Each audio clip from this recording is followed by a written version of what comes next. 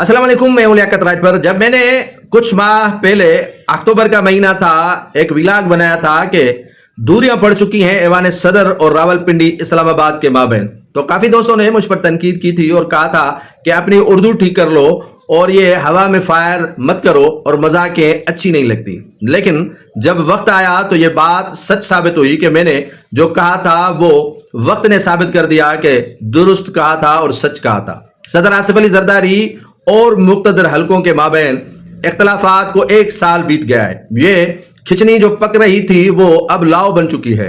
सदर आसिफ अली जरदारी के लिए कहा जा रहा है कि वो 28वीं आईनी तरमीम के हवाले से काफी उसके पास खदशात मौजूद हैं और जो मुक्तदर हलके और एस्टेब्लिशमेंट है उनके साथ सुलह नहीं कर रहे, यानी वो दबाव डाल रहे हैं कि आप 28वीं आईनी तरमीम की हिमायत कर लें और पीपल्स पार्टी को कहें कि सरनगू हो जाए।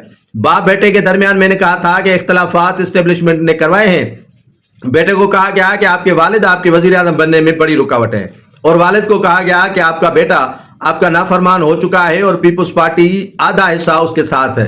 आप क्या कर लेंगे जब आपका बेटा आपके सामने खड़ा हो जाएगा। ये सियासत में ऐसा होता आया है कि बाप बेटे के खिलाफ लड़ता आया है और बेटा बाप के खिलाफ। ये सियासत में कोई अनूनी बात नहीं है। लेकिन बात आती है कि 28वीं आईनी तरमीम को पास करवाना, 28वीं आईनी तरमीम को मैदान में लाना, 28वीं आईनी तरमीम के जरिए सूबों को यूनिट्स में तब्दील करना, 28वीं आईनी तरमीम के जरिए एनएफसी का हिस्सा वफाक को दिलवाना और भी काफी महकमे वफाक के पास जाने के जो शिके हैं उनसे सिंध की वदानियत पर क्या असर पड़ेगा, इस पे तो शायद किसी ने सोचा भी नहीं है। सिर्फ महाजारा ये हो रही है कि सदर आसिफ अली जरदारी को इक्तदार से अलग करो और हमें इक्तदार दिलवा दो।